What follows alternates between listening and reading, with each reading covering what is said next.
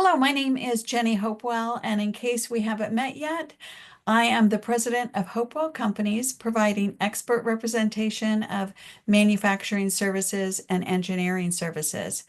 Today, I'm chatting with Matt DeRemer, of the Chief Technology Officer of Engineered LLC. Welcome, Matt. Good morning. Thanks for having me. My pleasure. Before we start, I wanted to give you a moment to introduce yourself and perhaps provide a short background on your bio in engineering and product development. Yeah, sure thing. I've been doing product development for more than 25 years at this point. I've worked in a number of different verticals, including medical device, clean tech, and automotive. And most of that has been in the greater Boston area, either directly for those firms or I've been with a number of other product development firms in the area.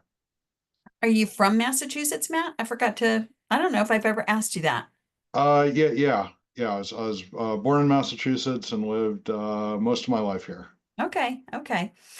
Well, you and I have worked on a number of projects over the years, worked with small companies, startups, as well as some larger projects together. And I know that we both get a fair number of calls from makers. That kind of started a conversation we had a few months ago about lessons that we've learned over the years and our time in new product development and just throughout working throughout the product life cycle.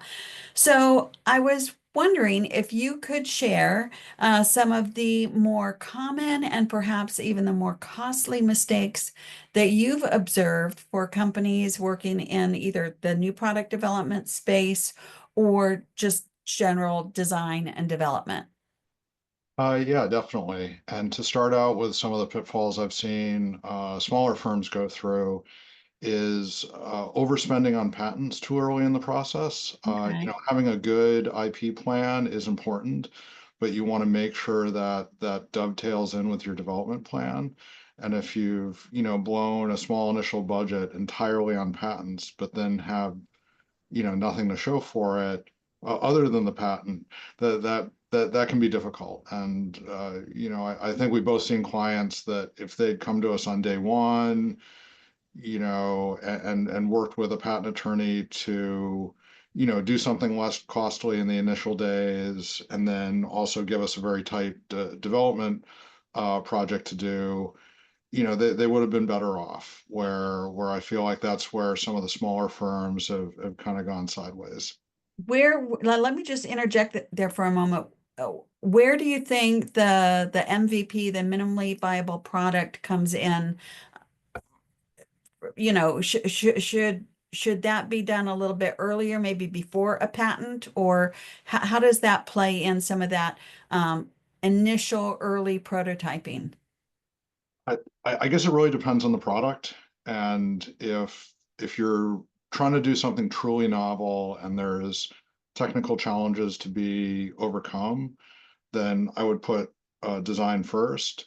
But it's really about making sure your plan makes sense for both IP and development and your budget.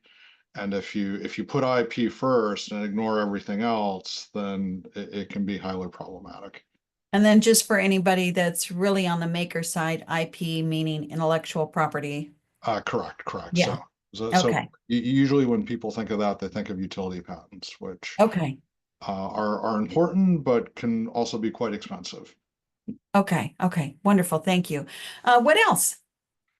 Another one, and I've seen this hit companies both big, small, medium, everywhere in between, but just being able to transmit your requirements outside of your organization, and Okay. that's whether you're using contract product design or whether you're getting parts manufactured. That you want to have the documentation to make sure everyone on the team understands what the product needs to do, what you're trying to do, and the key to that's usually a product requirements document. Okay. All right. Yeah, I know you and I have had lots of experience in that as as a solutions provider for manufacturing services, that is always a continual conversation, especially for someone on the startup side, is the contract manufacturer will make what you tell them to make. And so if you don't have a good documentation package that tells them the dimensions, the tolerances, the material, there's usually a PDF drawing that goes with that. There's most often now a CAD file that goes along with that. Um, they have to have a good documentation package. And what drives the documentation package is, of course, the design and what those requirements are for the design. And I think, if I'm not putting words in your mouth, that goes really to a requirements doc. Would you say Yeah, so? yeah, correct. You really want everything to flow from that requirements document. Some customers will come to us with a product requirements document done. Other ones won't, or they'll have one sketched out. But either way, almost every project, the front end of it, we would, review, rewrite as necessary, and then get, team agreement on that product requirements document, just to make sure everyone has the same expectations and we're all marching in the correct direction. So again, for someone new to product development or maybe a maker, uh, can you elaborate on what exactly is a requirements doc? Sure. It's just really spelling out what the product needs to do. So for example, like the cell phone that everyone has in their pocket, some of the basic requirements might be, oh, we want a screen this big, a maximum weight, this size, a battery life of approximately, this duration, stuff like that. And then also with the new cell phones, they're usually shockproof and waterproof. So you want to set those expectations up front because it's one of those things. There's a famous graph about cost and uh, when things are discovered in the development process. And Hmm. basically, if you try to, at the end of the design process, if you say, "Oh yeah, it needs to be waterproof," suddenly the costs of implementing that are tremendously high. Where if in the beginning, if you said, "Oh yeah, it needs to be waterproof," then it's relatively modest to have a requirement like that. Yeah, yeah. And also the requirements versus the wants. I've seen often where someone will come forward and they've got a long list of what they think it needs to be. And if the customer is not willing to pay for that, then you're over designing and adding, capabilities and features that maybe nobody but you really actually cares about. And then there's that distinction between what you want and what you absolutely must have. It must do this. It must comply with this requirement. It must meet these maximum dimensional, or be under these dimensions or under this weight or whatever those things are. So there's a difference between a want versus a requirement. Um, and we can have a whole conversation about that. And just for anybody looking for a good requirements doc template, I've got one on my website. We can have a conversation about that another time. How about another thing, Matt? What else is on your list? No, no, that was a great segue into, projects that I've seen, perhaps at the end of the day not have a good market fit. It's because they did not meet their customer needs. Yeah. And there has to be a good understanding of what the customer wants. Usually, we'll want to, get some real customer feedback, like, give them alpha units or beta units, just to make sure we're not missing the mark somewhere. Yeah. That they're, maybe there's four things that the customer absolutely needs, but we're only meeting three of them, and no one knew about it. Right. So that's another one that, we want to try to front load that customer discovery, make sure everything's being captured in the product requirements document. And then to your point too, that, okay, the customer may want 20 things, but the reality is only three of those things or four of those things are going to influence their buying decision.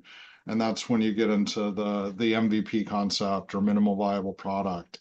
Yeah. that, you know, budgets are never infinite.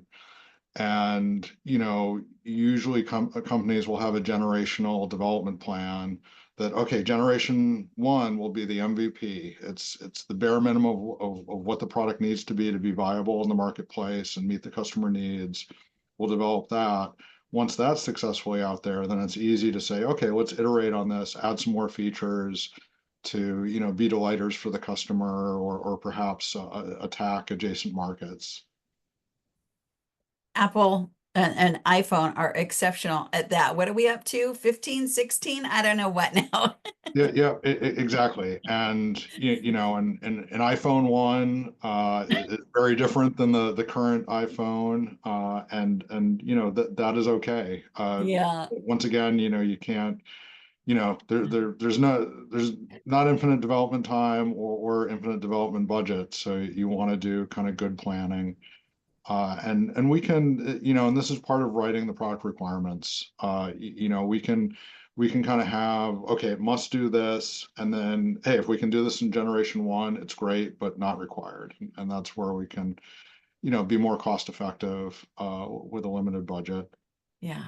I am so appreciative that you are willing to help people out with that, because a large corporation with a fully staffed engineering department, they live and breathe that.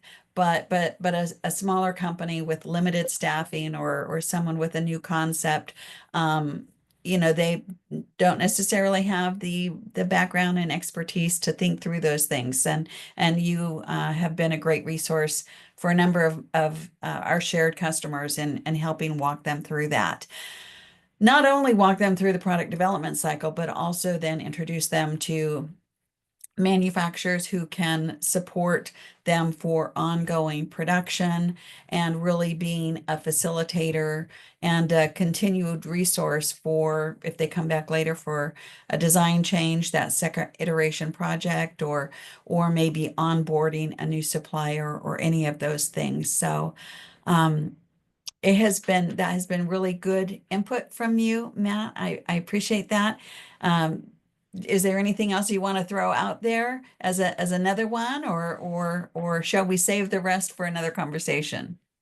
Or just to double down on what you said, that it's all about right sizing, other relationships, like suppliers.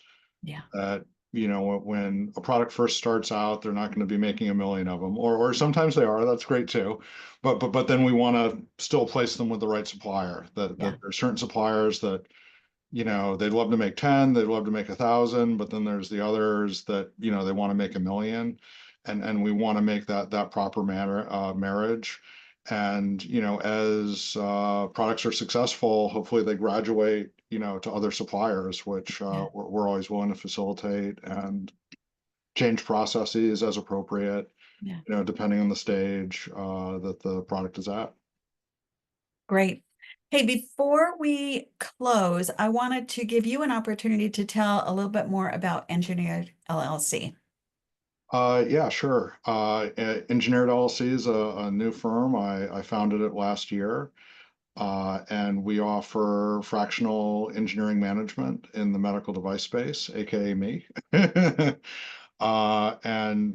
some of the different roles that I could fulfill are CTO, or VP of engineering, or for some of the software or AI heavy firms, like director of hardware, for example.